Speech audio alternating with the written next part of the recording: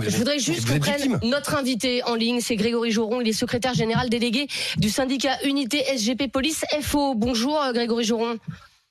Bonjour.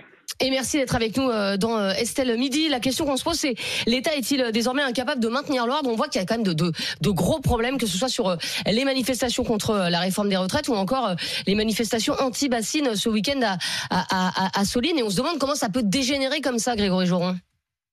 Oui, merci. Alors, je reprends un peu la discussion en cours. J'aimerais juste, si vous me permettez, peut-être donner un éclairage un peu différent. Déjà, une première chose, quand on compare les situations avec les pays européens, je pense qu'il faut être extrêmement prudent, parce que la désescalade, en effet, c'est le grand terme à la mode. Moi, je vais vous dire ce que j'en pense.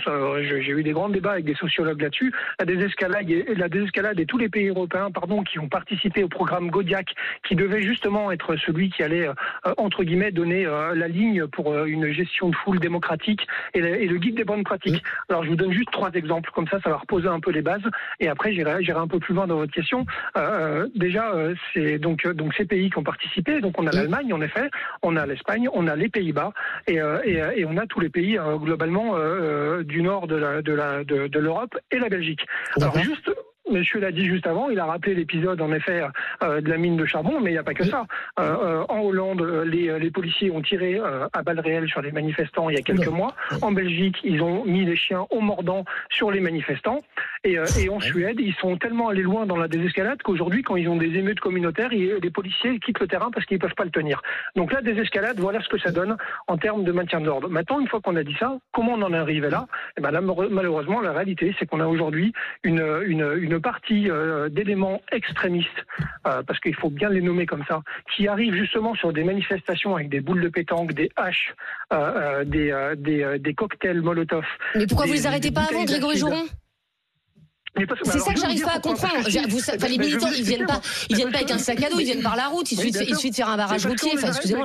Vous imaginez bien que sur Sainte-Soline, il y a même sur Sainte-Soline, il y a même des députés qui donnaient les points de contrôle aux manifestants. Vous trouvez ça normal ? Aux manifestants pacifiques. Aujourd'hui, ils sont pas les mêmes que les Black Blocs. Non, bien sûr, mais oui, ils sont pas en lien. Mais il y avait aussi des militants pacifiques, Grégory Joron.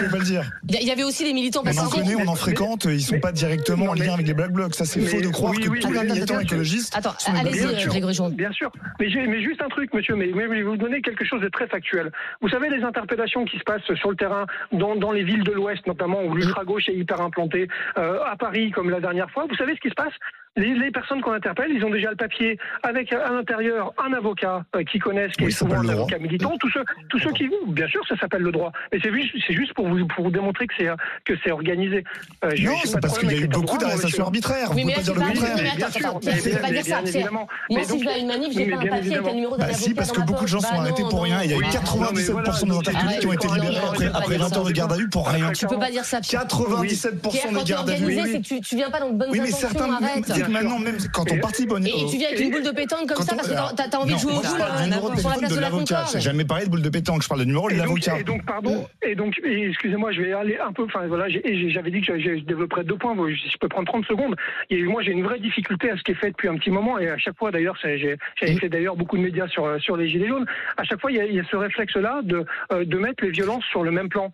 Excusez-moi, il y a déjà des policiers qui ont juste le monopole de la violence, en tout cas de la force légitime. C'est ça, qui ne peuvent pas taper les gens aussi. La violence légitime, c'est pas avoir le droit de taper les gens. Si tu prends un cocktail Molotov, oui, mais pas gratuitement.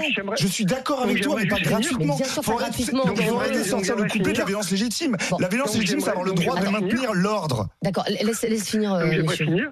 Et donc, je suis pas évident au téléphone. Il faudrait que je vienne la prochaine fois sur le plateau, ce sera plus facile. Mais donc voilà, sur la violence légitime, juste rappeler quand même le cadre légal, parce que c'est là-dessus qu'agissent les policiers. Donc à Sainte-Soline particulièrement, par exemple, si on prend cet exemple-là, manifestation interdite, cadre de la loi. On est d'accord ? Oui, bien sûr. Injonction et donc du coup, forcément, des sommations qui disent ne restez pas là parce que si vous restez là, vous êtes pour le coup hors la loi. Et puis rien ne se passe. Donc quand mes collègues agissent, ils agissent dans un cadre légal.